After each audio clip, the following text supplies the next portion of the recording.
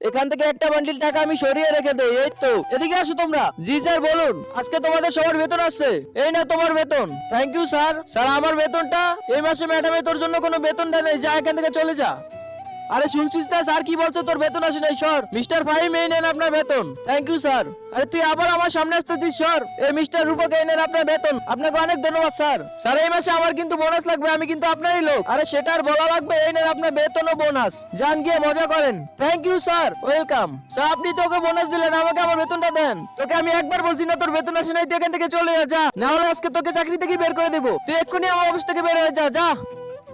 আরে মিস্টার জয়, আপনি এখানে কি করছেন? ভিতরে তো সবার বেতন আর বোনাস দেওয়া হচ্ছে। আরে ম্যাডাম, স্যার বলছে আমার নাকি বেতন আসেনি এই মাসে। কি বলছো তুমি? আমি তো তোমার বেতন দিয়ে দিছি। কিন্তু ম্যাডাম, স্যার তো আমাকে ঘাট ধাক্কা দিয়ে বের করে দিল আর বললো আমার বেতন আসেনি। ও তাহলে আমার অজান্তে এইসব করে বেড়ায়। ওকে আজকে একটা শিক্ষা দিতে হবে। নেক্সট বার দেখতে হলে ভিডিওতে লাইক করে চ্যানেলটা সাবস্ক্রাইব করে কমেন্টে পার্ট 2 লেখো।